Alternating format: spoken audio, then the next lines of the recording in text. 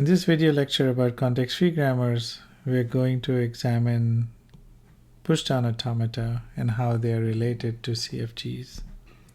So context-free languages and pushdown automata are related to each other.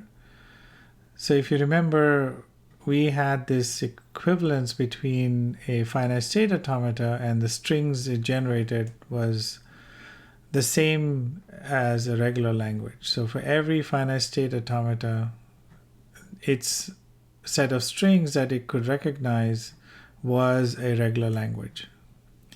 And that's because the regular languages were defined in terms of alternation, concatenation, and cleaning closure, star.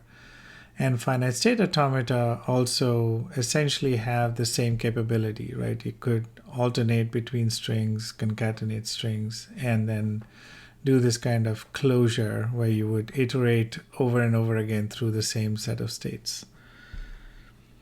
So the finite state automata was used as a recognizer of the regular language. In fact, it was quite important for us practically because the finite state automata was actually the matching algorithm that helped us find lexemes that matched the particular regular expression.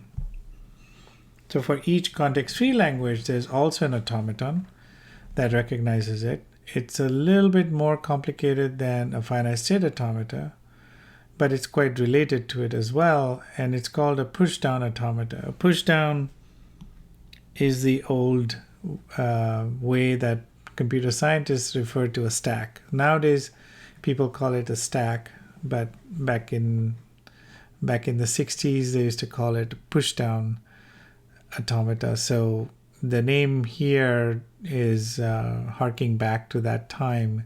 So instead of calling it a stack, we're going to call it a pushdown, just for historical reasons. And a pushdown automata is exactly the same idea as a finite state automaton, which, as we know, had a set of states, and you could go from one state to the other and accept some input from an input buffer, from an input stream, rather. A finite state automaton with some limited amount of memory in the form of a stack, where it can actually do operations on the stack to remember some things about the input. When you add a stack to a finite state automata, you get the definition of a pushdown automata. So if you remember our lectures on regular expressions, we could take a regular expression and convert it into a non-deterministic finite state automata. And the reason we could do that is because these two concepts of a regular expression and a NFA were connected through the concept of a regular language. These two were equivalent in some way. Every regular expression could be converted into a NFA, and every NFA corresponds to a regular language and therefore has a regular expression that can describe it. And from a non-deterministic finite state automata, or NFA, we could construct a deterministic finite state automata, or we could even do recognition directly on the NFA by using the subset construction. And it was fairly reasonable. It was linear time. The only difficulty was you had to keep around a set of states instead of only a single state like in a DFA. So DFA was more efficient. And the important thing is that you could convert an NFA to a DFA. And every NFA could be converted to a DFA. A context-free grammar is in a similar sort of situation. So you can take a context-free grammar and convert it into a non-deterministic pushdown automata. So that's a pushdown automata, as we saw, is just a finite state machine with some additional stack memory. So you can use the stack, push things onto it, pop things out of it. So obviously this I'm telling you as a fact, and I'll show you some examples of this You'll have to take my word for it for now, but there is a proof that says that if I have a non-deterministic pushdown automata, that these two concepts of a context-free grammar and a non-deterministic PDA are connected via the concept of context-free languages. Notice how similar it is to the case of regular expressions, right? However, in the case of context-free languages and context-free grammar, it is not the case. So it's not possible to take a non-deterministic pushdown automata and construct a deterministic one. And this is to do with cases of ambiguity. We know that context-free grammars can be ambiguous. So by its very nature, it can be non-deterministic because for some input string, it has to produce two different trees. So it's inherently non-deterministic, cannot be made deterministic at all. But what we can do is eliminate the ambiguities in the context-free grammar, make sure it's unambiguous, and then directly construct a deterministic pushdown automata for it. And this direct route is what we need to rely on to a deterministic PDA.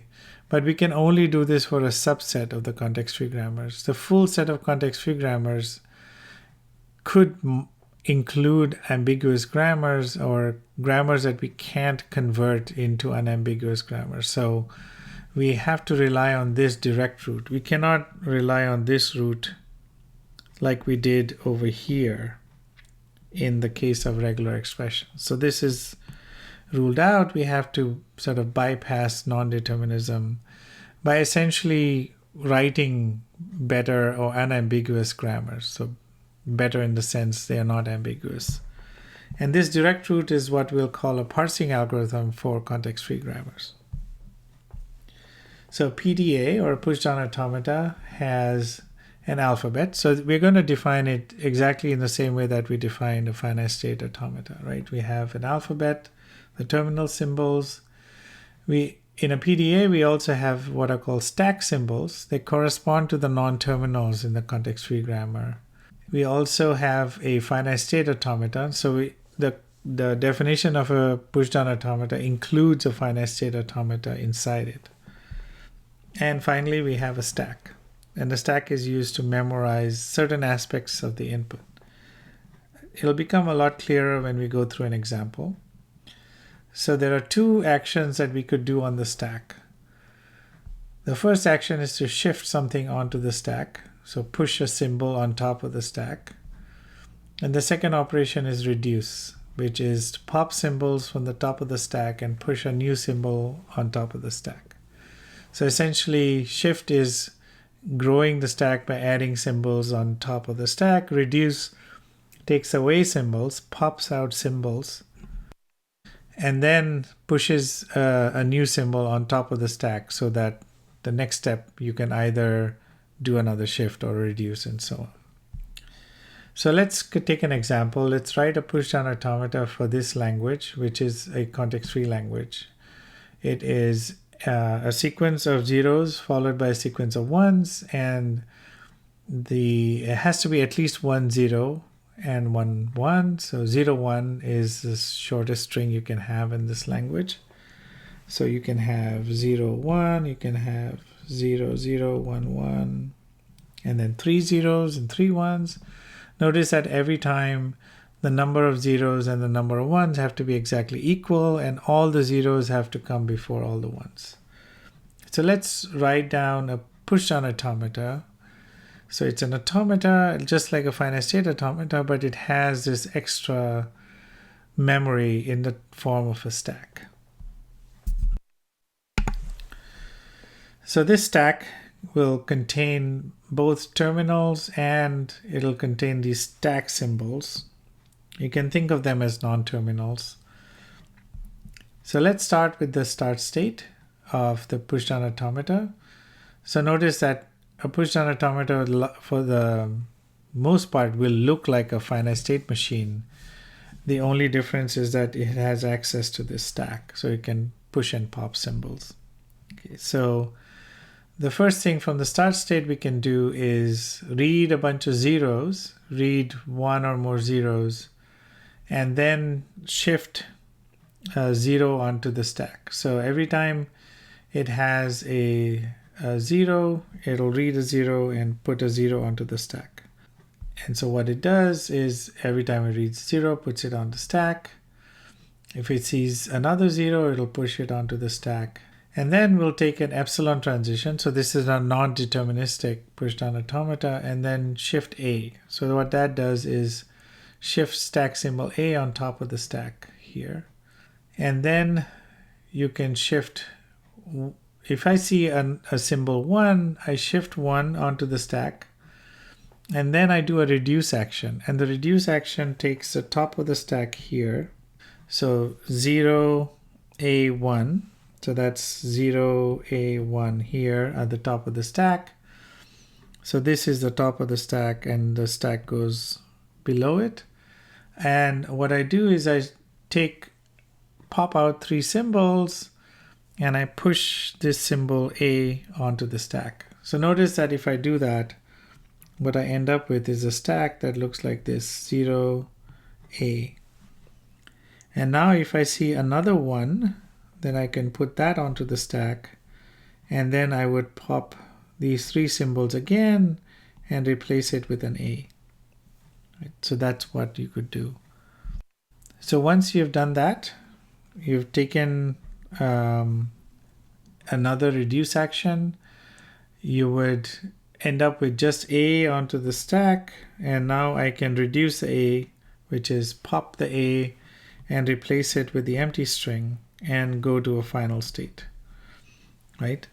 So in this case, notice that if I start from here and I don't take this transition on a 0, I will not end up having a 0 here. So I can't take this action of reduce because it says I must have a 0 there. So that's the reason why this has to be n greater than equal to 1, because it has to have at least 1 0 in there, right? So if as long as it has 1 0 in there, it can do this reduce action to get a 0 A, and then finally I get a 1, I get this reduce action, I get an A, and then I can use this reduce to get rid of this A because it gets replaced with the empty string, and then I accept the input. So if you look at this automata, it can only accept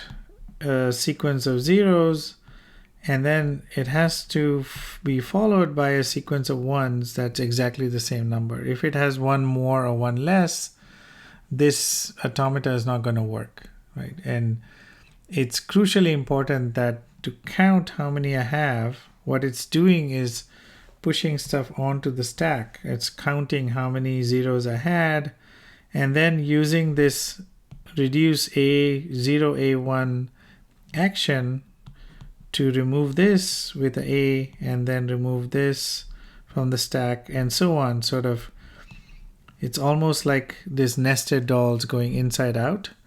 Each of them is a 0 A1, and if you replace this 0 A1 with an A, I get another 0 A1, and then I replace that with an A, and so on until I'm left with just one A, and I can reduce that A and accept the string. So this automata is enforcing this fact that the number of zeros and the number of ones has to be equal, and it also enforces that all the zeros come before all the ones. At the end, you want to check that the A is a start symbol, because that's the symbol that's left at the end on the stack. And furthermore, when you reduce it, you want to make sure that the stack is empty, so that there's not stuff that you've shifted onto the stack that isn't consumed yet, because that means that you were not able to accept the entire string. So these two conditions need to be enforced. You need to have a start symbol, and you have the stack has to be empty. Pushdown automata that is equivalent of a context-free language, and then use it to accept or reject strings, so that it should accept strings that are in the language and reject strings that are not in the context-free language. What I want to show you using this demo is how we can use the same idea of a stack, having a stack and shift and reduce, but instead of building the automata, we can directly use the grammar to tell us the actions of this pushdown automaton. So we don't have to explicitly construct a pushdown automaton. We can use the context-free grammar itself to tell us whether to shift, and when we do a reduce, what to reduce. So let's look at this setup here. We have an input string, a plus b times c, and we have a stack. So what we're going to do is shift symbols onto the stack, and then we look at the top symbols of the stack, and if a rule applies to the top symbols of the stack, we're going to apply this context-free rule to reduce the stack. By reduce, I mean pop out the symbols, apply a rule, a context-free rule, and replace the right-hand side of the rule with the left-hand side. So it'll become a bit clearer when we do this example. So this grammar here should be familiar to you. It's just expressions, e plus e, e times e, minus e, parentheses around e, and then e goes to id. Here id can be either the letters a, b, or c. So that's a very simple grammar. The only difference is that instead of putting the plus and the times and the minus sign directly into the rule, they are first expanded via a non-terminal called plus and times and minus, etc. So it's equivalent to what we had before. It just has an extra non-terminal here that makes it a little bit easier to use. So in order to see whether a plus b times c is recognized by this grammar, what we can do is start off by choosing shift and reduce actions. So obviously the first thing we have to do is shift because the stack is empty at the beginning. And once I move a onto the stack, notice that the right-hand side of this rule matches the top of the stack, right? So a here, as you can see, is highlighted here at the top of the stack. So what I can do is pop the symbol a and replace it with the left-hand side of this rule. And this is called the reduce action. So when I step through here, I get one element on the stack, which is id. Now in this demo, it also creates a partial parse tree every time you do a reduce, just to show you visually what happened. So there's a history of this reduce action here, and it can be used to construct the parse tree. Although technically here, the stack contains only this element id. The next thing we can do is reduce using e goes to id, so I get e at the top of the stack. The next thing I can do is shift plus onto the stack, and then you can see here already the top of the stack, which is a plus, matches the right hand side of this rule. Plus goes to the symbol plus, and I can do a reduce action with that. Now I have e and plus on top of the stack. It doesn't match anything on the right hand side of any rule, so I can't do any reduce at this point. So I do a shift, and now b, which is on the top of the stack, matches the right hand side of this rule. Just like before, we reduce and then we reduce again.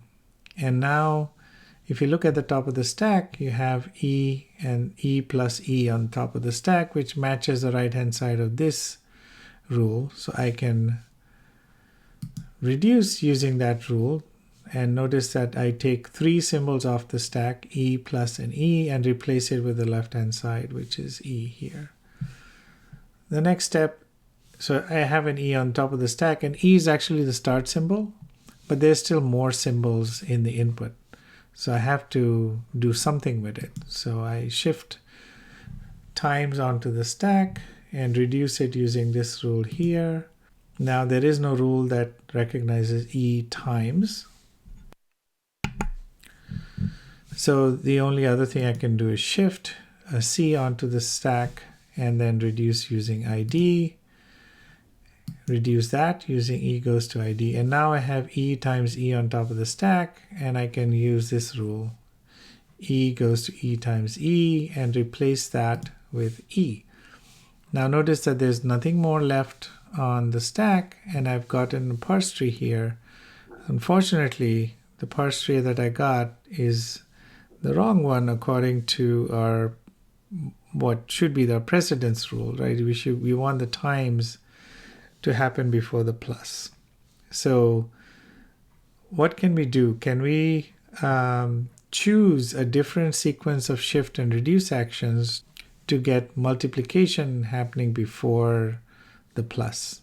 State of the shift reduce parser here back to the beginning. So all the input is now still remaining to be shifted onto the stack, and the stack is now empty. So it's just starting again from scratch. But this time I want to get the multiplication happening first, so it should appear lower down in the tree. So the first step I would do here is to get A onto the stack and reduce it. There's nothing much I can do about that. And I can reduce this to get an E.